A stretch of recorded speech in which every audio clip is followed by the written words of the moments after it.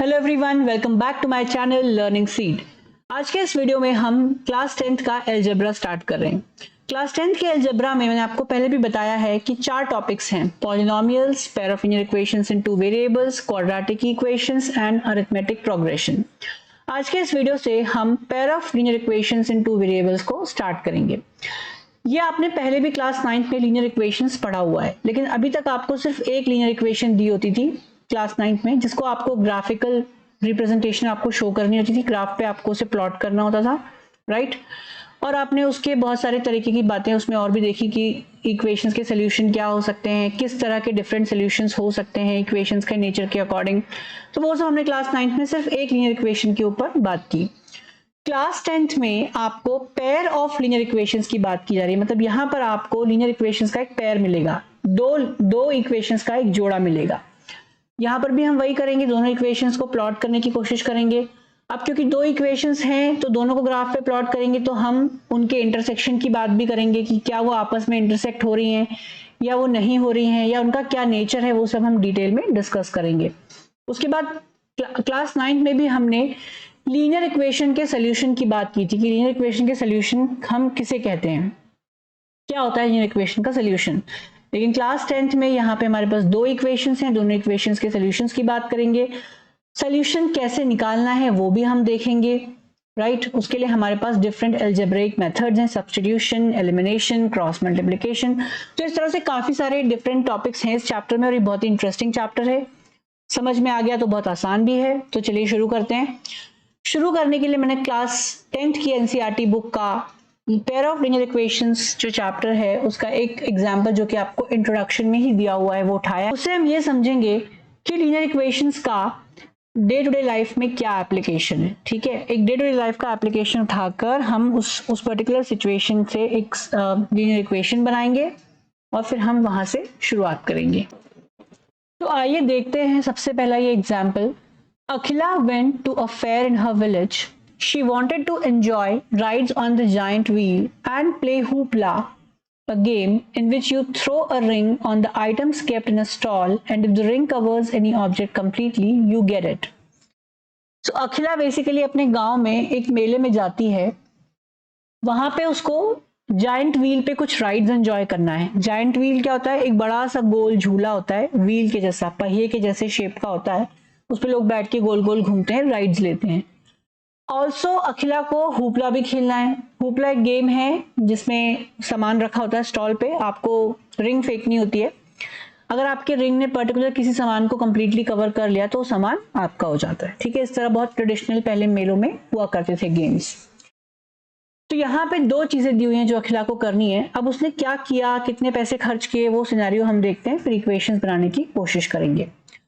The number of times she played hoopla is half the number of rides she had on the giant wheel. वो ये कह रहा है कि जितनी बार उसने hoopla खेला, the number of times she played hoopla is basically half the number of rides she had. जितनी rides उसने की उससे half number of times उसने hoopla खेला। यानी कि अगर 4 rides उसने की giant wheel पे, तो hoopla कितनी बार खेला? 2 बार। अगर उसने जाइंट व्हील पे 8 राइड्स की, तो उसने हुपला कितनी बार खेला? Half number of times. तो 8 का हाफ कितना हो जाएगा? 4। इस तरह आपको समझना है। अब वो ये बोल रहा है कि if each ride cost ₹3 and a game of hoopla cost ₹4, how would you find out the number of rides she had and how many times she played hoopla provided she spent ₹20। तो यहाँ पे आपको ये दे दिया है कि एक ride का कॉस्ट ₹3 है, हुपला के एक गेम का कॉस्ट ₹4 है, राइट।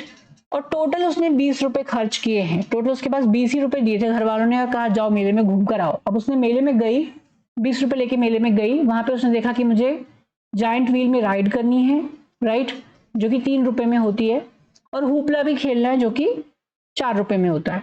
तो अब ₹20 उसने पूरे खर्च कर दिए। अब देखना हमको ये कि उसने कितने राइड्स किए और कितनी बार हुपला खेला। ठीक है, तो ये आपका बहुत ही डे टू डे लाइफ का एक एग्जाम्पल है। आपको समझ में आया कि अब हम डे टू डे लाइफ में किस तरह यूज कर सकते हैं इक्वेशंस को। चलो, इसके पहले इन्होंने एक छोटा सा सवाल यहाँ पे पूछा है, if she has 1 ride is it possible. अगर वो सिर्फ एक ही राइड करती है तो क्या ये पॉसिबल है? अब आप देखो, अभी मैंने आपको बताया कि जितने नंबर ऑफ राइड्स उसने किए उसके हाफ नंबर ऑफ टाइम्स उसने हुपला खेला, राइट? अब अगर वो एक राइड करती है तो एक का आधा कितना होगा? हाफ, 1/2। तो क्या वो 1/2 टाइम्स हुपला खेल सकती है? आधी बार तो हुपला नहीं खेल सकती वो, कम से कम उसको एक बार तो हुपला खेलना ही पड़ेगा। आधी बार क्या होता है? एक ही बार खेलना पड़ेगा, राइट? तो बात बहुत सिंपल सी और बहुत ही क्लियर है कि एक बार एक राइड तो वो नहीं ले सकती, क्योंकि एक राइड से आधा हुपला वो नहीं खेल सकती, right? Is it possible to have 2 rides? क्या ये पॉसिबल है कि उसने 2 राइड्स लिए? हाँ, ये पॉसिबल हो सकता है, ये पॉसिबल हो सकता है कि उसने 2 राइड्स लिए, क्योंकि अगर वो 2 राइड्स लेगी तो उसका हाफ कितना होगा? 1। तो 1 टाइम हुपला वो खेल सकती है। ये सिर्फ एक पॉसिबिलिटी की बात की जा रही है यहाँ पे, राइट? अब हम देखेंगे एग्जैक्टली उसने कितनी बार क्या किया। क्वेश्चन में आपको क्या पूछा गया है? सबसे पहले आप वो देखो, क्वेश्चन में आपको ये पूछा गया है, how would you find out the number of rides she had and how many times she played hoopla? कितने राइड्स उसने किए और कितनी बार उसने हुपला खेला, ये 2 चीजें आपको पूछ रहा है क्वेश्चन में। हमेशा कोशिश ये करो कि जब भी आप क्वेश्चन में इक्वेशन बनाओ तो जो आपसे सवाल में पूछा जा रहा है उसी को x और y मान लो, क्योंकि जब आप x और y, जब आप इक्वेशन का सोल्यूशन निकालोगे तो आप x और y की वैल्यू फाइंड करोगे। तो जब आप x और y की वैल्यू फाइंड करोगे तो आपको वही मिल जाएगा जो आपके सवाल में पूछा जा रहा है। तो इससे अच्छा, सबसे अच्छी बात यही है कि सवाल में जो पूछा जा रहा है उसको एक को आप x मान लो, एक को आप y मान लो। तो यहाँ पे हमको क्या पूछा जा रहा है? Number of rides she had, उसको हम x मान लेंगे, and number of times she played hoopla को हम y मान लेंगे, ठीक है? तो देखो यहाँ पे हमने वही किया है, let the number of rides that Akhila had be x and the number of times she played hoopla be y। इसका मतलब ये है कि अखिला ने टोटल नंबर ऑफ राइड्स कितने किए? x, और अखिला ने कितनी बार हुपला खेला? y। अब हमको पता है कि अखिला ने जितने नंबर ऑफ राइड्स किए उसके आधे टाइम्स ही हुपला खेला, राइट? ये मैंने आपको लास्ट अभी थोड़ी देर पहले भी बताया। तो चलिए इसका हम एक इक्वेशन बनाते हैं। इसमें जो आपका हुपला है वो basically half number of times the rides है, यानी कि अगर वाइड नंबर ऑफ टाइम्स हमने हुपला खेला है तो वो x का हाफ होगा, x/2 होगा। ये हो गई आपकी इक्वेशन एक रेडी, ठीक है? इसको आप और क्या लिख सकते हो? 2 को अगर आपने इधर लेके गए तो क्या हो जाएगा? 2y is equal to x। ये आपकी एक इक्वेशन रेडी हो गई। सेकेंड इक्वेशन के लिए उन्होंने आपको टोटल उसने कितने पैसे स्पेंड किए वो देके रखा हुआ है, राइट? कि टोटल उसने कितने पैसे मेला में स्पेंड किए। अब आप देखो इक्वेशन कैसे बनानी है, आपको एक बहुत लॉजिक डेवलप करना सीखना पड़ेगा, ठीक है? तो टोटल जो उसने मनी स्पेंड की, मैं यहाँ पे लिखता हूं, टोटल जो उसने मनी स्पेंड की वो किस किस चीज में की? देखो, एक तो उसने राइड में स्पेंड किया, प्लस दूसरा उसने हुपला में स्पेंड किया, ठीक है? राइड में उसके कितने पैसे लगे?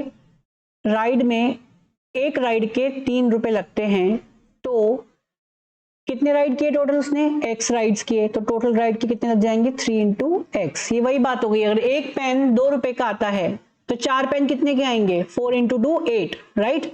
सिंपल सा मैथमेटिक्स है, वही मैंने यहाँ पे लगाया। अगर एक राइड का 3 रुपया लगता है तो x राइड्स का कितना लगेगा? 3 × x। सिमिलरली अगर एक हुपला के गेम का 4 रुपया लगता है तो y गेम्स खेले उसने, y नंबर ऑफ गेम्स, तो y नंबर ऑफ गेम्स का कितना लगेगा? 4 × y।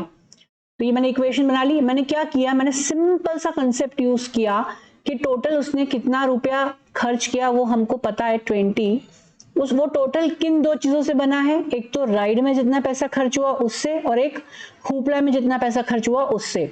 राइड में कितना खर्च हुआ? 3 रुपए एक राइड का लगता है, 3 × x will be your total money spend in the rides. 4 रुपए एक हुपला के गेम का लगता है, टोटल नंबर ऑफ गेम्स कितने हैं? y, तो 4 × y is the total money that she has spent in the hoopla.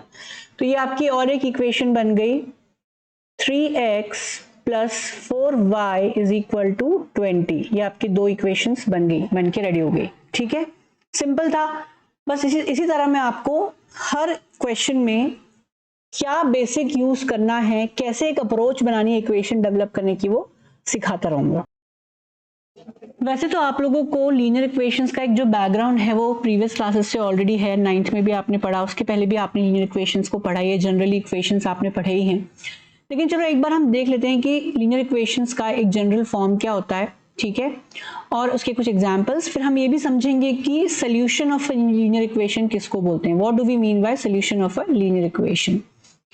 An equation which can be put in the form ax plus by plus c is equal to 0, where a, b and c are real numbers and a and b are not both 0. अब यहाँ पे देखो हम क्या कह रहे हैं, ax plus by plus c is equal to 0 के फॉर्म में जो इक्वेशन होती है उसको हम लीनियर इक्वेशन कहते हैं। उसमें भी a और b दोनों 0 नहीं हो सकते, एक आधा 0 रहा तो चलेगा, दोनों a और b 0 नहीं होंगे। अगर a 0 हो गया और b भी 0 हो गया तो इक्वेशन बचेगी क्या, आप खुद सोचो। a क्या है, x का कोएफिशिएंट, b क्या है, y का कोएफिशिएंट, और अगर दोनों 0 हो गए तो x की टर्म भी 0 हो जाएगी और y की टर्म भी 0 हो जाएगी, पूरा का पूरा ax प्लस by 0 हो जाएगा। तो बचेगा क्या, एक कांस्टेंट टर्म। एक कांस्टेंट टर्म तो इक्वेशन नहीं कहलाएगा ना, ठीक है। तो इस तरह हमको ये ध्यान रखना है कि ax plus B Y plus C में एटलीस्ट x या एटलीस्ट y का एक टर्म तो होना जरूरी है, ठीक है। दूसरे को हम 0 फिर भी कर सकते हैं। चलो इसका एक एग्जाम्पल जो कि नीचे ही मैंने आपको दिया है, मैं एक बार यहाँ पर देता हूँ। 2x plus 3y is equal to 5। क्या ये लीनियर इक्वेशन इन 2 वेरिएबल्स है? अब आप कहोगे सर यहाँ पे हमें ax दिख रहा है, by भी दिख रहा है, लेकिन c नहीं दिख रहा, राइट, c नहीं दिख रहा और हमको इस तरफ 0 भी नहीं दिख रहा, तो कैसे? चलो तो इसको हम उस फॉर्म में भी लिख लेते हैं, इस इक्वेशन को, कोई बड़ी बात नहीं है। 2x प्लस 3y, और अगर मैं 5 को इस तरफ ले आऊं तो क्या हो जाएगा, -5 इज इक्वल टू 0। अब ये इक्वेशन बन गई ax plus B Y plus C के फॉर्म में। कैसे बनी, देखो ये जो x का कोएफिशिएंट है ये 2 है, y का कोएफिशिएंट है वो 3 है, और आपका जो कांस्टेंट टर्म है वो क्या है, -5। ठीक, -5 क्यों है, क्योंकि आपके जो general form of the equation है उसमें प्लस सी है, ठीक है, यहाँ पे ये प्लस का साइन लिया हुआ है, इसलिए जरूरी है कि हम यहाँ पे इस माइनस साइन को साथ में लें जब हम सी की वैल्यू निकालेंगे। तो ये आपको और भी समझ में आ जाएगा अभी जब मैं और क्वेश्चंस कराऊंगा, ठीक है। जब हम कुछ क्वेश्चंस हम लेंगे जहाँ पे हम ए बी और सी की वैल्यू ही फाइंड करेंगे, वो भी इसलिए जरूरी है क्योंकि उसके बेसिस पे भी कुछ क्वेश्चंस आते हैं, वो हम आगे देखेंगे। Solution of a linear equation, उसको समझाने से पहले मैं आपको कुछ यहाँ पे एक छोटी सी एक्सरसाइज कराना चाहता हूँ। इक्वेशन है 2x plus 3y is equal to 5, linear equation है। चलो हम एक काम करते हैं, x की वैल्यू यहाँ पे 1 डालते हैं और y की वैल्यू भी यहाँ पे 1 डालते हैं। तो जब मैं x की वैल्यू 1 डालूंगा तो 2 इंटू 1 प्लस 3 इंटू वाई की वैल्यू भी 1 इज इक्वल टू 5। ये हो जाएगा 2 प्लस 3 इज इक्वल टू 5। तो मतलब लेफ्ट हैंड साइड में भी 5 आ गया और राइट हैंड साइड में भी 5 आ गया, 5 था ही राइट हैंड साइड में। इसका मतलब ये कि अगर x और y की कोई वैल्यू किसी इक्वेशन को सेटिस्फाई कर रही है, सेटिस्फाई करने का मतलब ये होता है कि left hand side right hand side से इक्वल आ रहा है, तो वो x और y की वैल्यू उस इक्वेशन का सोल्यूशन कहलाते हैं। तो यहाँ पे हमने देखा 2x plus 3y is equal to 5 जो इक्वेशन थी, जब मैंने उसमें x की वैल्यू 1 और y की वैल्यू 1 डाली तो उस पर्टिकुलर x की वैल्यू 1 और y की वैल्यू 1 ने इक्वेशन को सेटिस्फाई किया, left hand side right hand side के बराबर आ गया। तो सिंपल सी बात है, ये जो वैल्यू है x और y की, ये इस पर्टिकुलर इक्वेशन का सोल्यूशन है।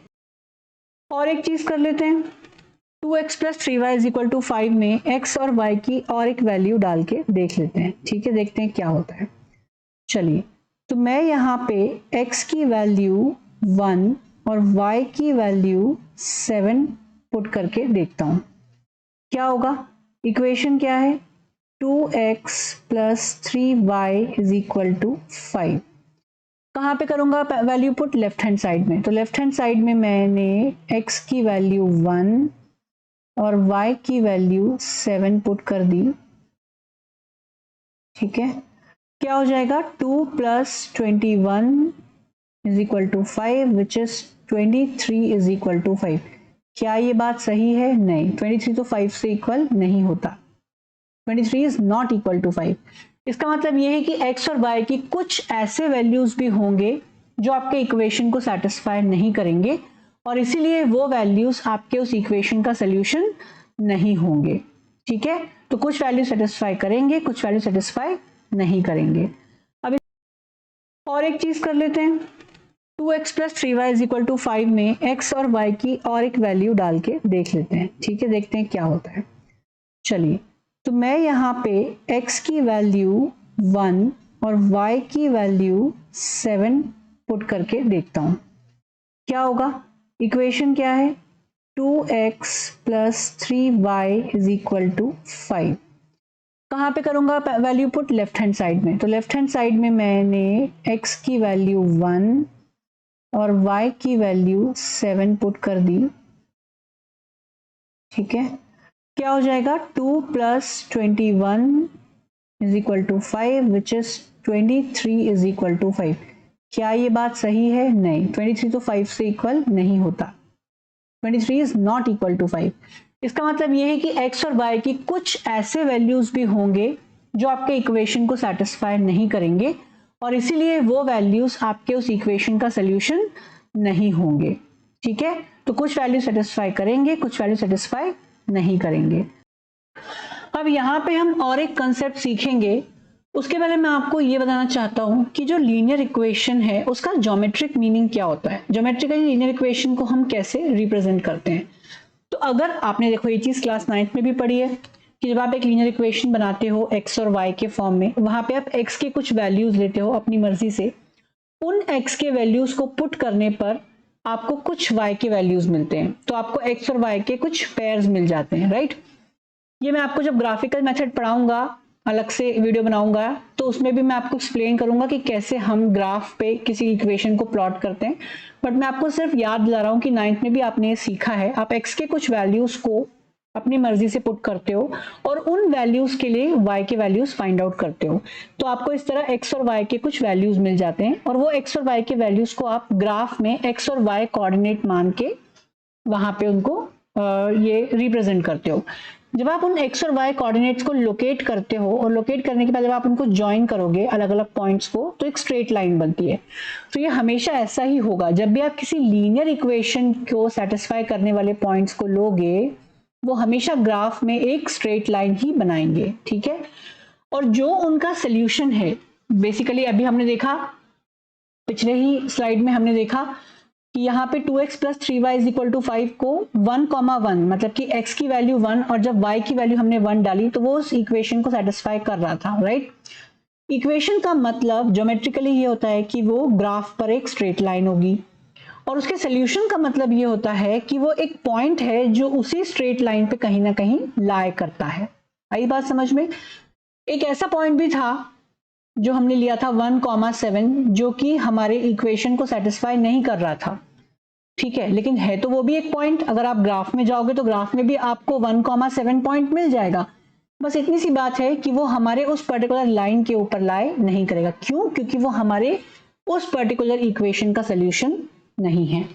नहीं भी अगर समझ में आया तो मैं जब ग्राफिकल मेथड करवाऊंगा तो मैं आपको अच्छे से ये समझा दूंगा, यानी कि हम वहां पर इसको प्रॉपर प्लॉट करके भी देख सकते हैं।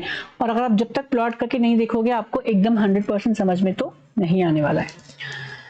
ठीक है, चलो, तो क्या बोल रहा है ये? Geometrically it means that the point 1,1 lies on line representing the equation 2x plus 3y is equal to 5 and the point 1,7 does not lie on it. मैंने आपको भी यही बताया कि 1,1 आपकी इक्वेशन को सेटिस्फाई कर रहा है। इक्वेशन एक लाइन को रिप्रेजेंट करती है, उसका सोल्यूशन एक पॉइंट को रिप्रेजेंट करता है जो कि उसी लाइन पर कहीं ना कहीं लाई करेगा। लेकिन जो कि 1,7 था वो आपके इक्वेशन को सेटिस्फाई नहीं कर रहा था, तो वो एक ऐसा पॉइंट है जो आपके लाइन पर लाई नहीं करेगा। So every solution of the equation is a point on the line representing it. ठीक है, ये हमने अभी देख लिया। Each equation, each solution x, y of a linear equation in two variables ax plus by plus c is equal to 0 corresponds to a point on the line representing the equation and vice versa. चलो ये मैंने आपको explain कर दिया, उसी चीज को बस उन्होंने एक लैंग्वेज में, इंग्लिश लैंग्वेज में लिख दिया है, तो आप इसको पढ़ोगे तो आपको समझ में आ जाएगा। मैंने आपको पूरा इसका मीनिंग एक्सप्लेन कर दिया है। The general form of a pair of linear equations in two variables x and y is, अब हमने एक लीनियर इक्वेशन का जनरल फॉर्म तो देख लिया, अब हम एक पेयर ऑफ लीनियर इक्वेशन का जनरल फॉर्म भी देख लें। दो इक्वेशन होंगी तो ax plus by plus c नहीं होगा, फिर वहां पे a1x plus b1y plus c1 होगा is equal to 0 and a2x plus b2y plus c2 is equal to 0। जैसे कि यहाँ पे अभी आपने नीचे एक एग्जाम्पल देखा 2x plus 3y is equal to 5, तो यहाँ पे मैं इसको भी ऐसे लिख लेता हूँ, चलो फटाफट, 2x plus 3y minus 5 is equal to 0, है ना। और ये एक और इक्वेशन आपको क्या दी हुई है, x minus 2y minus 3 is equal to 0, ठीक है।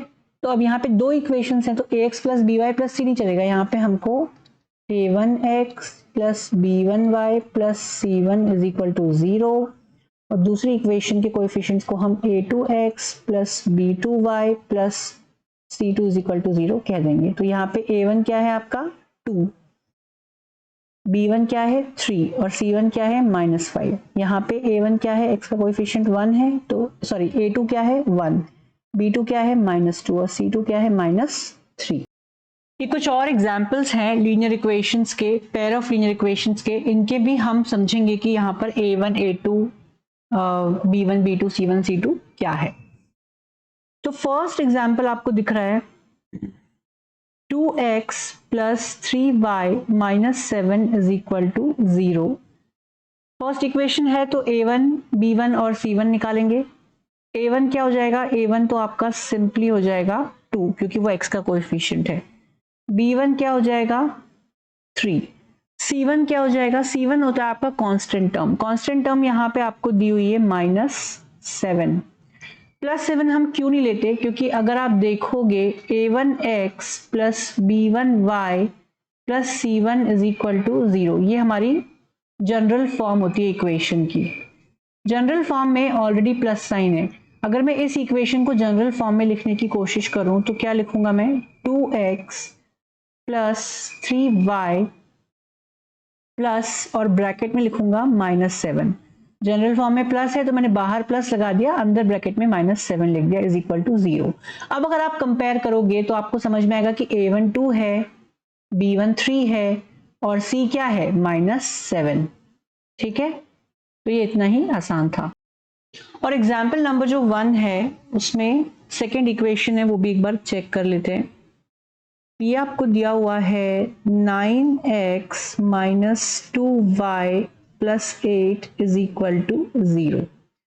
यहाँ पे a2 हो जाएगा आपका 9 जो कि x का कोएफिशिएंट है, b2 हो जाएगा -2 जो कि y का कोएफिशिएंट है और c हो जाएगा 8 जो कि आपका कांस्टेंट टर्म है। सिमिलरली यहाँ पे भी जो एग्जाम्पल नंबर 2 है उसमें हमें दो इक्वेशंस दिए हैं। पहली इक्वेशन है 5x is equal to y। इसको जनरल फॉर्म में लाने के लिए मैं y को भी इसी तरफ ले आऊंगा लेफ्ट हैंड साइड में, तो ये हो जाएगा 5x minus y is equal to 0। सारा जितने भी टर्म्स हैं उनको लेफ्ट हैंड साइड में ले आओ, राइट हैंड साइड में 0 कर दो, तो ये जनरल फॉर्म से आप इसको कंपेयर करना ईजी रहेगा। अगर आप नहीं करोगे वैसा तो प्लस माइनस के बहुत मिस्टेक्स होंगे। a1 जो है वो है आपका 5 जो कि x का कोएफिशिएंट है, b1 जो कि y का कोएफिशिएंट है -1 है और c1 आपको यहाँ पे 0 है क्योंकि c आपका कांस्टेंट टर्म है ही नहीं। सेकेंड इक्वेशन में जो एग्जाम्पल सेकेंड इक्वेशन आपको दी हुई है वो है -7x plus 2y plus 3 is equal to 0। काफ़ी स्टैंडर्ड फॉर्म में ही इक्वेशन, सारे टर्म्स लेफ्ट हैंड साइड पे हैं, आपको x का भी कोएफिशिएंट दिख रहा है, y का भी दिख रहा है और कांस्टेंट टर्म भी दिख रही है, तो आसान हो जाएगा। a2 जो है वो है -7, b2 जो है वो है +2 एंड c2 है आपका +3। बस इतना ही था इसमें। थर्ड सेट ऑफ इक्वेशंस जो आपको दिए हैं उसमें फर्स्ट इक्वेशन है x plus y is equal to 7। जैसा कि मैंने आपको हमेशा से कहा है कि सारे टर्म्स को एक तरफ ले आइए ताकि हमको थोड़ा सा उसको स्टैंडर्ड फॉर्म से कंपेयर करने में इजी रहे। x का कोएफिशिएंट 1 है तो a1 हो जाएगा 1, b1 हो जाएगा y का कोएफिशिएंट वो भी 1 है, और c1 हो जाएगा कांस्टेंट टर्म जो कि -7 है। सेकेंड इक्वेशन है 17 is equal to y, 17 minus y is equal to 0। मैंने क्या किया, सारी टर्म को लेफ्ट हैंड साइड में ले आया। x का कोएफिशिएंट जो होता है वो हमारा a2 होता है, लेकिन यहाँ पर x का टर्म ही गायब है, मतलब कि a2 जो है वो हो जाएगा 0।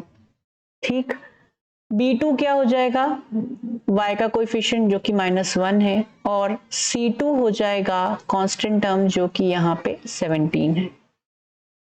अब इसके बाद हम नेक्स्ट वीडियो में मिलेंगे जो कि इसी का पार्ट 2 होगा। उसमें हम ये डिस्कस करेंगे कि जब हम दो इक्वेशंस को ग्राफिकली अभी हम दो इक्वेशंस पढ़ रहे हैं, पेयर ऑफ इक्वेशंस पढ़ रहे हैं, जब उनको ग्राफिकली हम रिप्रेजेंट करते हैं तो क्या क्या पॉसिबल कॉम्बिनेशंस हो सकते हैं। और उसके बाद फिर हम अपने एनसीईआरटी बुक का एग्जाम्पल नंबर 2 करेंगे एंड देन एक्सरसाइज 3.1 भी करेंगे नेक्स्ट वीडियो में। तो अभी के लिए इतना ही, थैंक यू। अब इसके बाद हम नेक्स्ट वीडियो में मिलेंगे जो कि इसी का पार्ट 2 होगा। उसमें हम ये डिस्कस करेंगे कि जब हम दो इक्वेशंस को ग्राफिकली अभी हम दो इक्वेशंस पढ़ रहे हैं, पेयर ऑफ इक्वेशंस पढ़ रहे हैं, जब उनको ग्राफिकली हम रिप्रेजेंट करते हैं तो क्या क्या पॉसिबल कॉम्बिनेशंस हो सकते हैं। और उसके बाद फिर हम अपने एनसीईआरटी बुक का एग्जाम्पल नंबर 2 करेंगे एंड देन एक्सरसाइज 3.1 भी करेंगे नेक्स्ट वीडियो में। तो अभी के लिए इतना ही। आई होप आपको ये वीडियो पसंद आया हो। ये आपके लीनियर इक्वेशंस के बहुत ही बेसिक क्वेश्चंस थे, और ये बेसिक्स आपको समझना, जो कॉन्सेप्ट्स थे वो आपको समझना बहुत इंपॉर्टेंट है। और इन्हीं कॉन्सेप्ट्स के बेसिस पे आपको 1 मार्क क्वेश्चंस एटलीस्ट आते ही हैं। तो आपको 1 मार्क क्वेश्चंस अचीव करने के लिए भी ये देखना इंपॉर्टेंट है, प्लस आपको आगे लीनियर इक्वेशन समझने के लिए भी इन बेसिक्स को समझना बहुत इंपॉर्टेंट है। तो जैसे कि मैंने अभी कहा, आई होप आपको ये वीडियो पसंद आया हो, और अगर आपको पसंद आया तो प्लीज इस वीडियो को लाइक कीजिए, इस पे कमेंट के थ्रू हमें अपना फीडबैक दीजिए, सभी लोगों से वीडियो को शेयर कीजिए और सब्सक्राइब करना ना भूलें। Thank you.